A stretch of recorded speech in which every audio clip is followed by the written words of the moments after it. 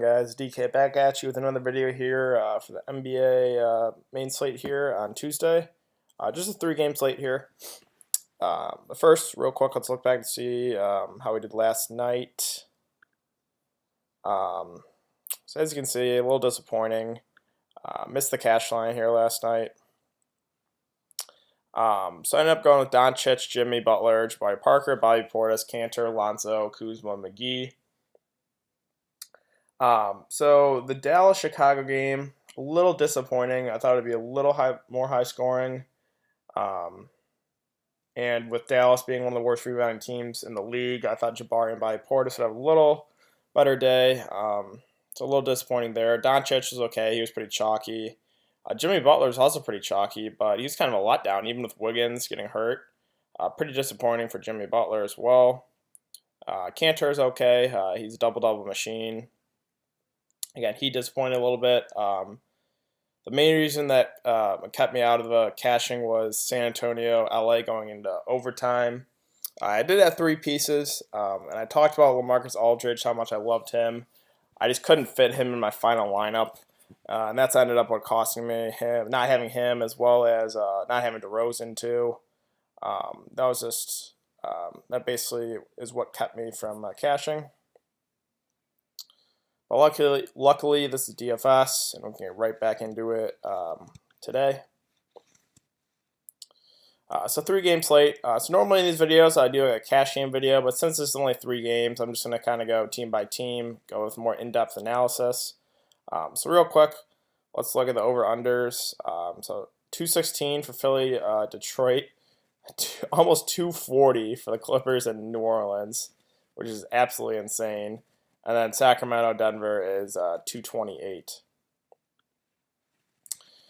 So let's talk about this first game here. We got Philly and Detroit. Let's talk about Philly first. So we got Ben Simmons. He's probably doubtful, so it looks like he's not going to play. So normally, with no Ben Simmons, I would want to pivot right to Joel Embiid since he's going to pick up a lot of usage, which he will. But I just don't know if I can go there here on the slate with such a high over-under for the Clippers and the Pelicans. And same thing here with Denver and Sacramento. Joel Embiid's going to have a really, really, really big game to make me regret not playing him. But I just think with these 3 games, I don't think he's a must for today. The Pistons have guys that can guard him. They got Drummond. They got Blake Griffin. They got Zaza, so they got big bodies they can throw at Embiid. So I don't know if I want to go Embiid at 10-4. But a price tag is pretty juicy here. Dario Saric here at 6,100. So with Ben Simmons getting injured, Dario saw 38 minutes the other day. So if he's going to see that type of minutes, you definitely got to highly consider Dario Saric. Robert Covington is never a guy I enjoy playing. Sure, he can get hot, but I don't like playing Covington.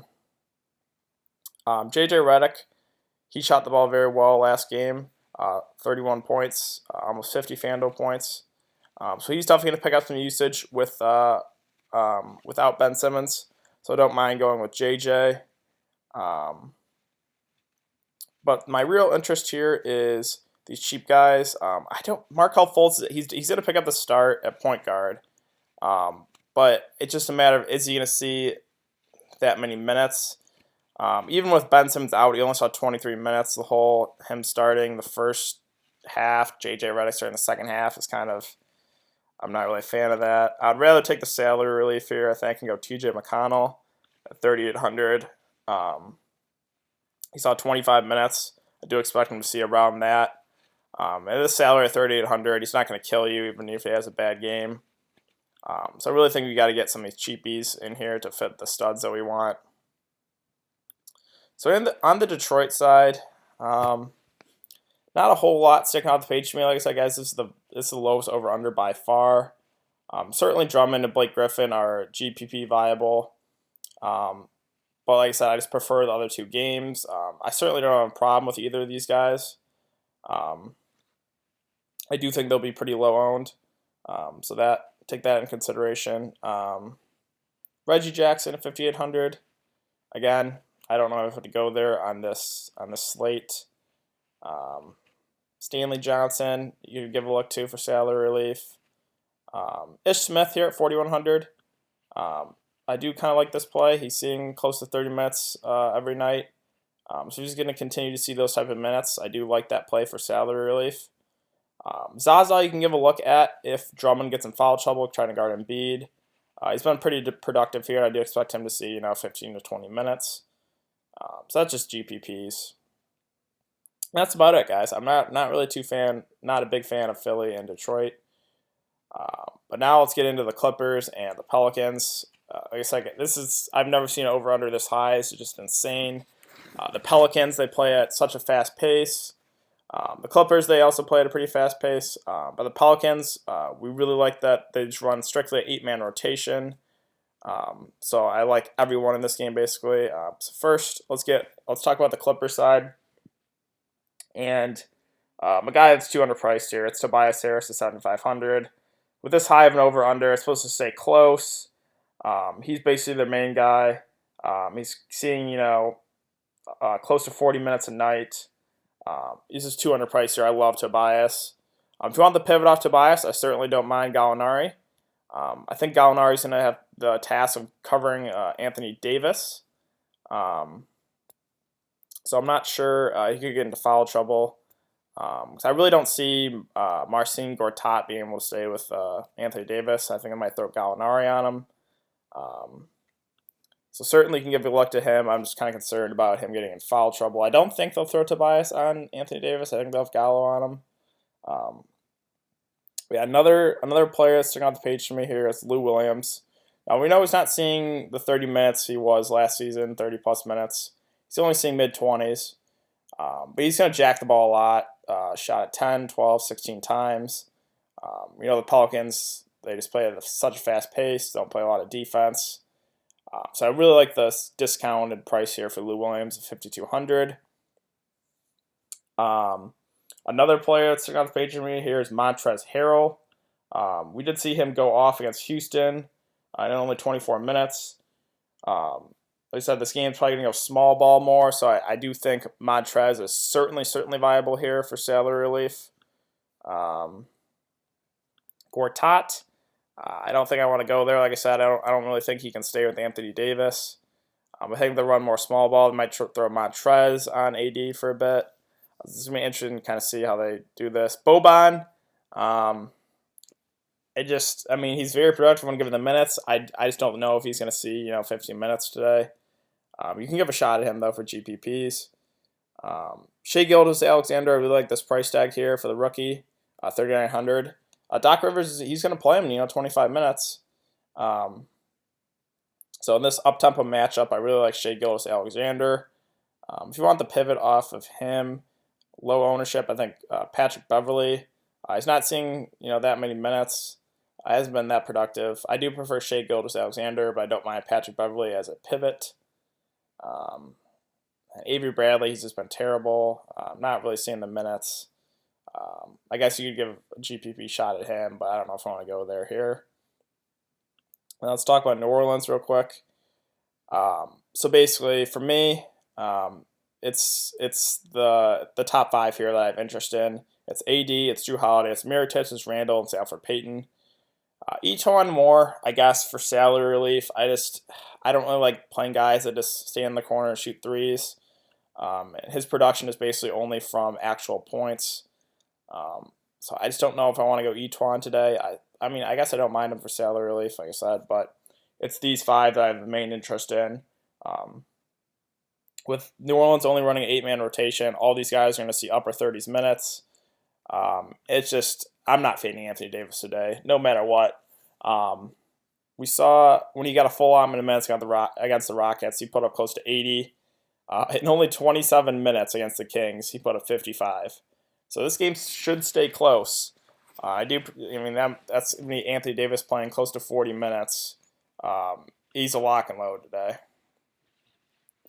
And then if we get down below Anthony Davis, it's tough between these four. I like all of them.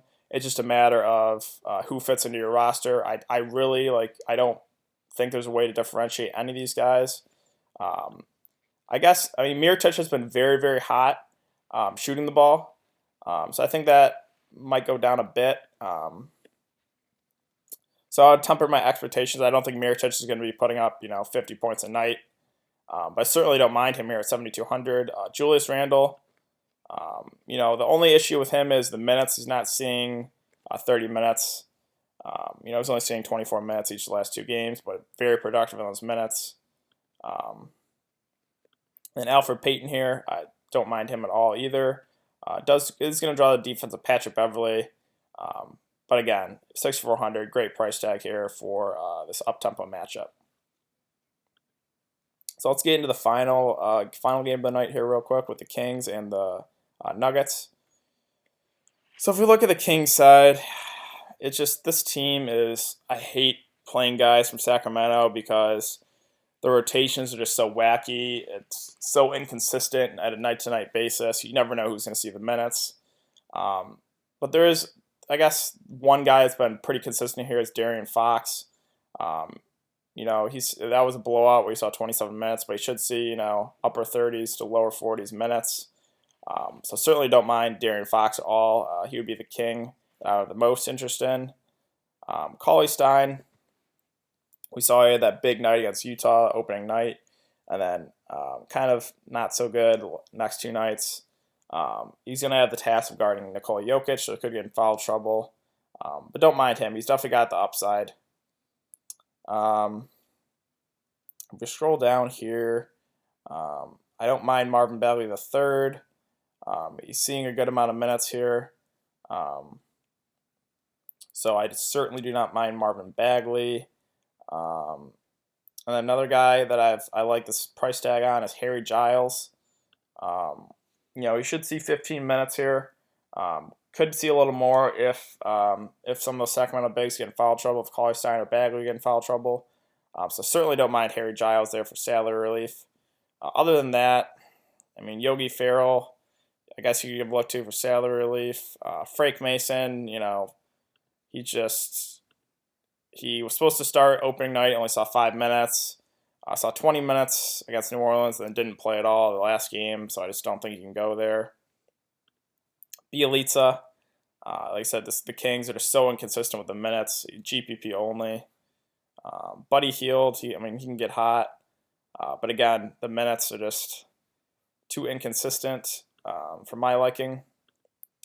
So on the Denver side, we know Will Barton is going to be out for a while, and then Jamal Murray, man, what a letdown against Golden State. I had a great lineup going in. I had Jamal Murray and Harden in the late games. Harden was great, but Jamal Murray just completely let me down. He is questionable. I do think he'll play, but he definitely burned me. If he doesn't play, the pivot definitely is Monte Morris here. It's looked pretty good here when backing up Jamal Murray. So definitely Monte Morris if Jamal Murray is out. But if we look at the top here, Nikola Jokic, 9,700. I really like Jokic here. Cauley Stein's not going to be able to stay with him. We see he's got that huge upside with the 80 bomb against Phoenix. So I really like Jokic here. Gary Harris definitely picked up the production with no Will Barton. He's been pretty consistent here, going to see 35 minutes. So I do like Gary Harris. Paul Millsap, he's got that safe floor. He's going to see, 25 to 30 minutes. So don't mind him. More cash game viable, I would say. If you want a GPP shot, I do really like Trey Lyles. He was very good in the preseason. And they said Mike Malone, they could run him at the 3 at times. So, if he could see 25 minutes, I really like Trey Lyles.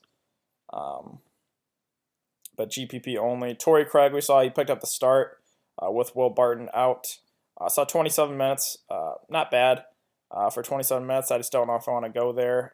He is salary relief if you want to fit some of those studs. And yeah, I think that's about it here.